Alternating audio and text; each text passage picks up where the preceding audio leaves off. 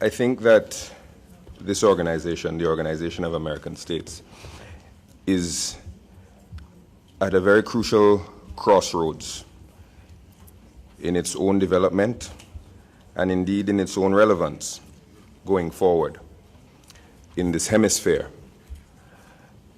The proliferation of other hemispheric bodies in recent years speaks to some level of disquiet and discomfort with the role that the OAS has historically played and the need for other organizations to fill whatever perceived gaps there may be in how the OAS has been carrying forth its mandate.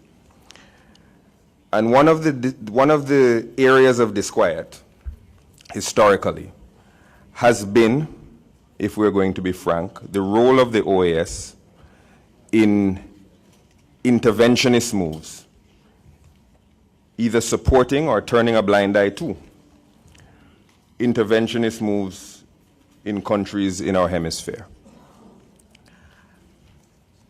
And I had hoped that the spotty or dark history of the OAS was behind us. But what has taken place today, Mr. President, has given me considerable pause. St. Vincent and the Grenadines is a member of the CARICOM grouping, the Caribbean community. As far as I know, a member in good standing. The first time that I learned that CARICOM had withdrawn its text was when you said it, Mr. President. St. Vincent and the Grenadines did not withdraw or consent to the withdrawal of the CARICOM text. And I only saw the text when you began speaking.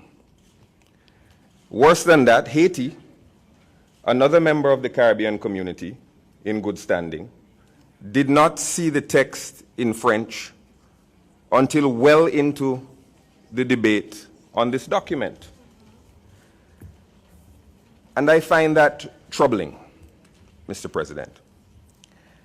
Nonetheless, while the conversation was going on, I took a glance at the text that is purportedly submitted singly, because I too want us to find whatever consensus is possible, and I too want us to have Venezuela, the people of Venezuela, at the center of our considerations. And in the section calls for, and I haven't had an opportunity, Mr. President, to read this closely because it was placed on my desk when you began speaking. There are 5 calls by the OAS. And most of the calls are of a general nature. You call for the immediate cessation of violence. You call for the respect for human rights. You call for the reinvigoration of the process of dialogue. These are things to which not only St. Vincent and the Grenadines, but I believe all countries around this table can agree wholeheartedly and support.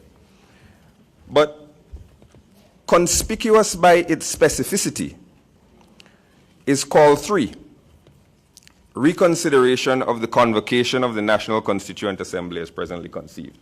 It is unusually specific in this list of calls. And it comes right after a call for the respect for human rights, the rule of law, and the separation of powers. So this says to me, Mr. President, that the drafters concede that the convocation of the National Constituent Assembly does not violate human rights, does not violate the rule of law, does not violate the separation of powers, does not violate the constitutional processes of Venezuela, or there would be no need to include it. It was included, and specifically included, because the prior paragraph did not capture it. So I say to myself, why would we, as the OAS, ask Venezuela in a declaration not to do something that it is legal for it to do. And the next thing that catches my eye is this new language about the grave implications for democracy and its institutions. And I read them in tandem, Mr. President, to say that even though it is not illegal, the OAS concedes it is not illegal or unconstitutional or a violation of the rule of law, the separation of powers, to have this National Constituent Assembly, or why include it as a separate paragraph? We are going to ask the Venezuelan government not to do what is legal. And when they say rightly that the OAS should not be telling them what to do or interfering in their internal processes and being involved in the non-interference and non-intervention as spelled out in its charter, and they go forward and do it, or not, as is their right,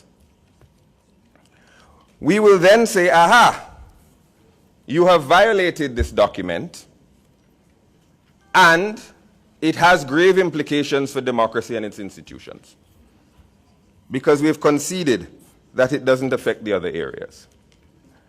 And going forward, we will have made step one down a fairly short road to intervention. The OAS, the Venezuelan people have violated Clause 3. It has grave implications on democracy. Therefore, what is the next step? Mr. President, I can't abide this sort of last-minute insertion sprung on certainly my delegation without consultation with capital or even other countries around this table.